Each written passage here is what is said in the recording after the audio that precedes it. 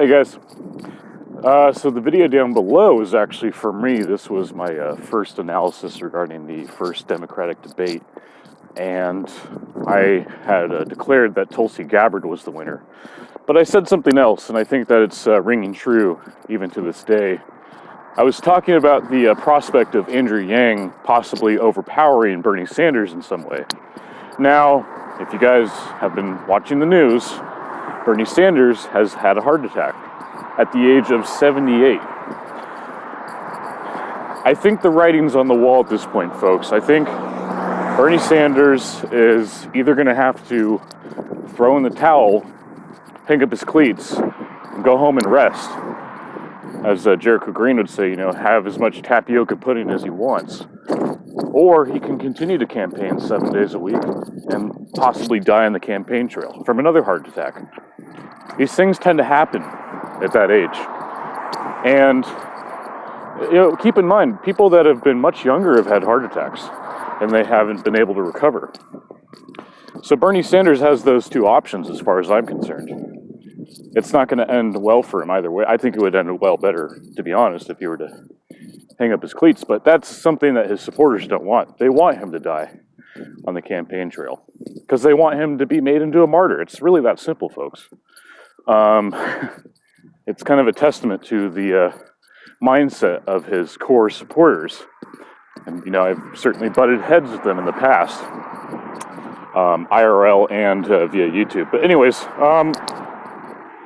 Andrew Yang will be more than happy to pick up the torch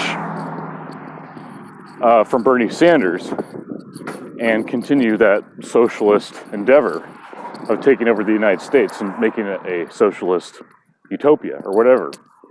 And I know a lot of people say, well, Andrew Yang is not a socialist, he's a capitalist, he's an entrepreneur.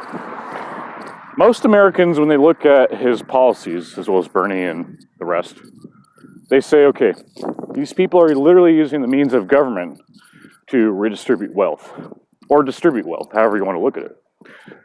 I think most people in the United States, they look at the government's role in one way. They see the government's role in singular terms. They say, well, the government's sole purpose is to defend its people.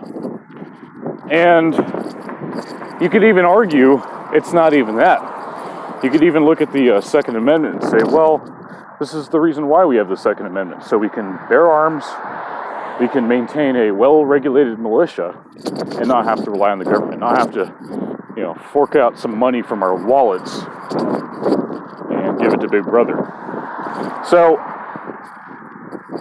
all these people that see Andrew Yang and Bernie Sanders, they say, well, he's a socialist, he's a communist. And a lot of the people that are supporting Bernie or Yang, they'll say, well, they don't know what socialism is, they don't know what communism is, they're dumb, they're uneducated, you need free college.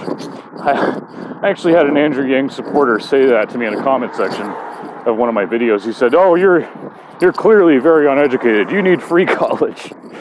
Wow. That gave me a good laugh, to be honest, but that's the way they look at socialism and communism.